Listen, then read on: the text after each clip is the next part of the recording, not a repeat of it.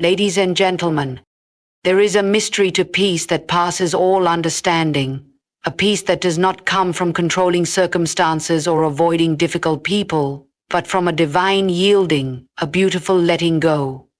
The first and most powerful step to never being angry or bothered by anyone is to surrender the right to be offended. This is not the surrender of weakness, no, but of profound spiritual strength. It is the kind of surrender that angels bow to witness. A surrender that silences the storms inside a heart. To surrender the right to be offended is not the same as pretending nothing affects you. It's not numbness. It's not apathy. It's not indifference. No, it is much higher than that. It is choosing, moment by moment, not to own the offense.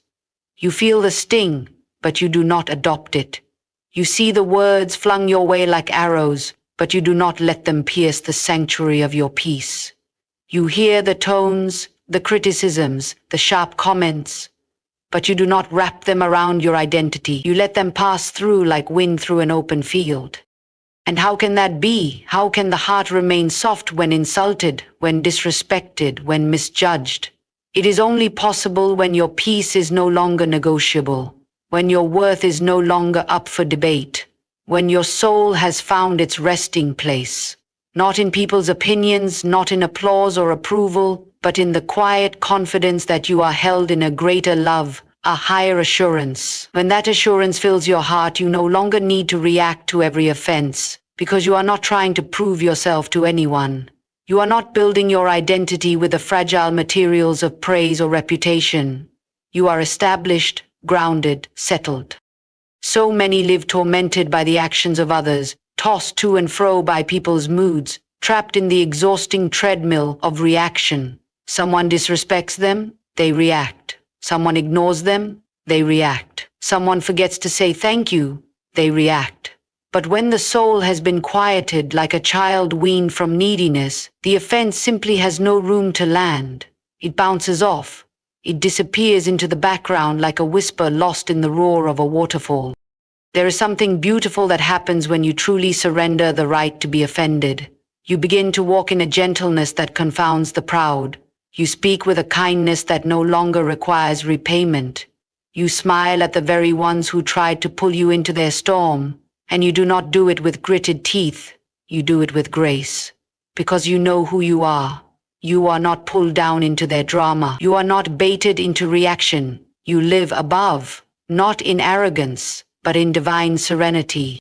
Oh, how many times we have wasted precious hours trying to explain ourselves to people who do not want to understand. How many moments lost replaying conversations, rewinding insults, dissecting someone else's bad day as if their bad behavior had the power to define our worth. And all the while, peace stood at the door, waiting to be chosen. You see, when you surrender the right to be offended, you take back your power. Not the loud power of control, but the quiet power of peace. You are no longer anyone's puppet. You are no longer chained to their approval or their apology. Whether they apologize or not, whether they understand you or never do, you are free. And that kind of freedom is not given, it is claimed deep in the soul, where no one else can go. There is a holy dignity in refusing to be offended, a majestic stillness. It does not mean you never speak truth. It means you are not triggered into reaction. You are not pulled out of your rest. You are not stirred into the chaos. You speak when led. You act when moved by wisdom, not by ego. And when offense comes, and it will come, you let it knock, but you do not open the door. You say gently, "This home is filled with peace. There is no place for you here." Let others carry their wounds like weapons. Let them use their pain as permission to wound. But you, yes, you are called to something higher. You are not here to prove how strong you are by fighting every battle. Your strength is shown in how quickly you release the need to fight. Not every battle is yours. Not every insult requires a defense. Not every comment deserves your energy. Some things are best answered by silence. Some provocations are best responded to with stillness. Some offenses are best turned into prayers. And when you practice this, when you surrender that precious, poisoned right to be offended, something remarkable begins to happen. The people who once bothered you lose their power. The voices that once echoed in your mind fall silent. The need to be understood, to be validated, to be defended, it melts away. You walk taller, you sleep deeper, you love freer. Because you are no longer carrying what was never yours to carry, the burden of another's brokenness. There is a quiet and glorious revolution that takes place in the heart when one begins to live from the spirit and not from the flesh. This is not merely an adjustment in attitude or a self-help philosophy dressed up with polite language. No, this is a total transformation, a crossing over, a stepping into a dimension of life where peace is not earned but inherited, where anger no longer sits in the driver's seat, dictating your responses, your mood, your decision. It is the divine exchange, the old man for the new, the impulsive for the anchored, the reactive for the rested. The flesh is loud. It demands attention. It is easily wounded, easily provoked, quick to speak and slow to listen. The flesh wants justice on its terms. It wants to be heard, defended, vindicated. It holds on to slights and catalogues offenses. It rises in self-righteousness, always ready to explain, to prove, to retaliate. And yet it is always restless, always empty, always searching for the peace that never comes from being right, but only from being whole. The spirit, however, is gentle. The spirit is quiet. The spirit listens when the flesh would lash out. The spirit waits when the flesh would run. The spirit blesses where the flesh would curse. The spirit bows low when the flesh wants to stand tall in pride. Living from the spirit is not the easy path, but it is the path of freedom. The flesh promises quick rewards, revenge, satisfaction, validation, but it never delivers peace. The spirit promises only one thing: rest for your soul. To live from the spirit is to live from a place that cannot be shaken by someone else's mood swings or disrespect. It is to remain unmoved by offenses that once pierced you like knives. It is to look into the eyes of someone who has misunderstood you, who may never understand you, and to love them without needing anything back. It is to be calm in the middle of a storm, not because the storm isn't real, but because it no longer rules your world. Many try to suppress anger by force of will. They bite their tongues, they clench their fists, they smile while their hearts burn inside. But that is not living from the spirit. That is performing peace while hosting rage. The spirit does not suppress the fire of anger. It replaces it with the fire of love. It doesn't bottle up frustration. It dissolves it with perspective. When you live from the spirit, you no longer need to manufacture patience. It flows naturally, like water from a well that has been purified at the source. And how do you know whether you're living from the flesh or the spirit? You will feel it in the way your soul responds. The flesh feels the sting of insult and immediately wants to strike back. The spirit feels it too, but then it pauses, it breathes. It surrenders the pain into something sacred. The flesh wants to win, the spirit wants to heal. The flesh defends self, the spirit elevates love. The flesh seeks control, the spirit rests in trust. You see, the flesh reacts, but the spirit responds. And oh, there is a world of difference between the two. A reaction is immediate, hot, and often regretted. A response is considered, calm, and clothed in wisdom. The flesh cannot see beyond the moment. The spirit sees eternity in every encounter. To live from the spirit is to be so grounded, so deeply rooted in divine love, that no word spoken against you has the power to uproot you. You remain steady. You remain whole.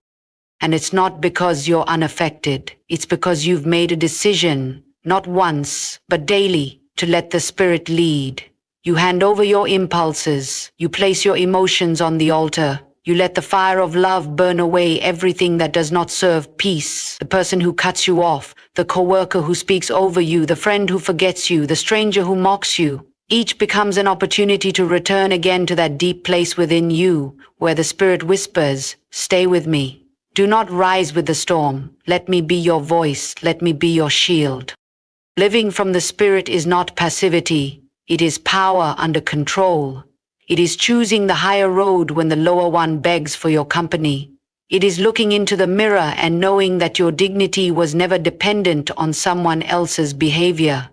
You do not have to correct every wrong. You do not have to answer every accusation.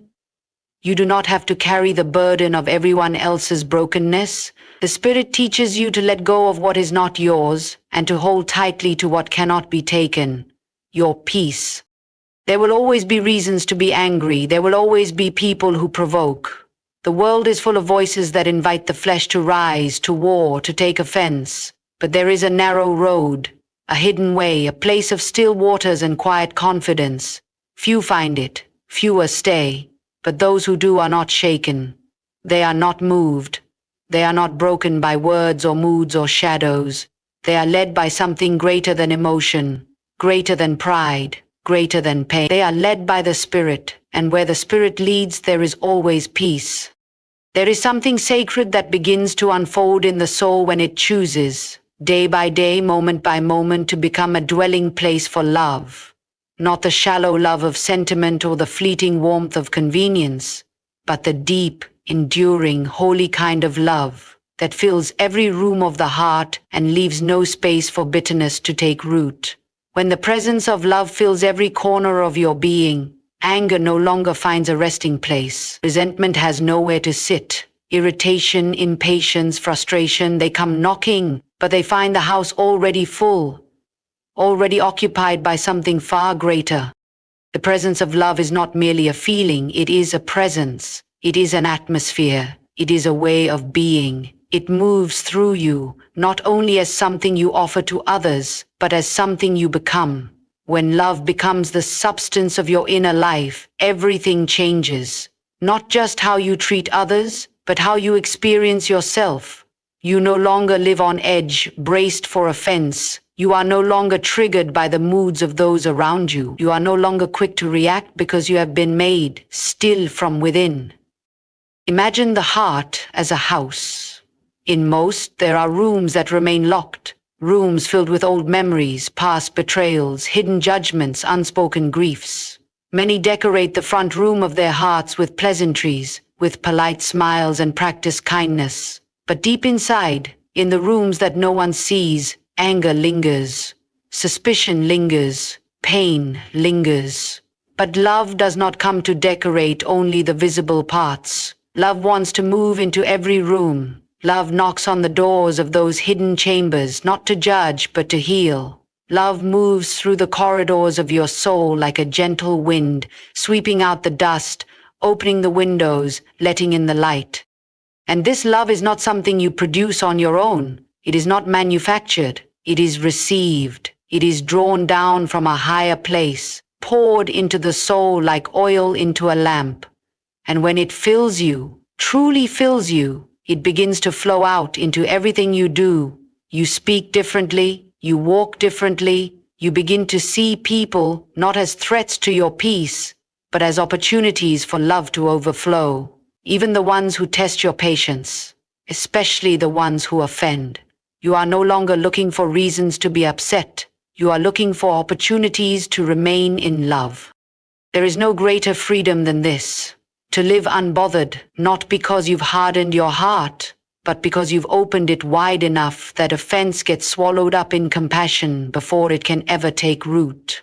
It is not that you don't see the behavior, it is that you see the brokenness behind it, and instead of letting it ignite a flame of anger, you allow it to stir a river of mercy.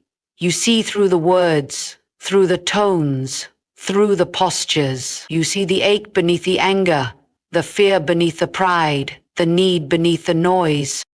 The one who lives in love is not easily provoked because they are not easily moved. Their center is deeper than the surface. They do not anchor themselves in the approval of others. Their identity does not rest on being treated a certain way. They are rooted in something eternal. And that eternal love does not flare up in offense when it is ignored, rejected, or misunderstood. It stays. It remains, it waits, it blesses, not because the other person deserves it, but because love cannot act against its own nature. Letting love fill every room of your soul is a process. It takes time. It takes intention. It takes moments of surrender, again and again. It takes choosing not to feed the old emotions when they rise. It takes learning to pause when the reflex to react surges forward. It takes breathing when every part of you wants to speak. It takes trusting that the reward of peace is far greater than the satisfaction of a sharp response. It is a daily consecration, a quiet offering of your inner world to something far greater than your own will. And over time, something begins to shift. You no longer feel the need to prove your worth. You no longer argue to be understood. You no longer analyze every interaction for hidden insult. You are free, not because others have changed, but because you have. You are filled. There is no emptiness left for offense to cling to. You are whole. And in that wholeness, in that fullness of love, people stop being irritants or enemies. They become mirrors, revealing what still needs healing, what still needs light, what still needs love. And rather than recoil, you lean in, not in codependence or need, but in divine compassion. You are no longer a victim of others' behavior. You are a vessel, a carrier of peace, a resting place for grace. And when the presence of love fully fills the soul, everything begins to feel quieter, lighter, simpler. The chaos of other people's drama no longer pulls you into its vortex. The heaviness of being right fades into the joy of simply being free. And even when people are unfair, when they judge, when they criticize, when they betray, you remain. You remain in love, not because it's easy, not because you're perfect, but because love has filled you to the brim, and now it overflows. There is a profound shift in the soul when you begin to see the divine in every person. It is not merely a change in perspective. It is a transformation of how you relate to the world. When you train your inner eyes to look beyond behavior, beyond attitude, beyond the layers of ego and personality, you begin to perceive something deeper, something eternal. It is not always obvious. It is often hidden beneath layers of fear, pride, and pain, but it is there, the spark, the imprint, the breath of the divine placed within every living soul. And once you begin to see it, you can never unsee it. That vision softens you, it humbles you, it silences the urge to judge and replaces it with a quiet reverence. To see the divine in others is not to excuse their behavior. It is not to deny your own pain. It is not to become passive or permissive in the face of cruelty or injustice. No, it is something much more powerful. It is choosing to recognize that every human being, no matter how broken, carries within them the fingerprint of something sacred. When someone speaks to you in harsh tones, when they disregard you, when they try to provoke you, the natural reaction is to see only the offense. But when you've trained your soul to look deeper, you begin to see a person in pain, a person who has forgotten who they are, a person who has lost sight of their own divine identity. And instead of reacting, you begin to respond with a depth of compassion that cannot be explained by logic or emotion alone. There is something holy about looking into the eyes of someone who tries to diminish you and silently honoring the divine within them. You don't have to say a word. You don't have to force a smile or pretend you're unaffected. But within your heart, you recognize the sacredness of their being, even as their actions fall far short of that truth. You begin to understand that most people are reacting from their own wounds. Their anger is often fear in disguise. Their pride is often insecurity. Their rudeness is often a cry for connection. And when you can see that, not with your mind, but with your spirit, you stop taking things so personally. You begin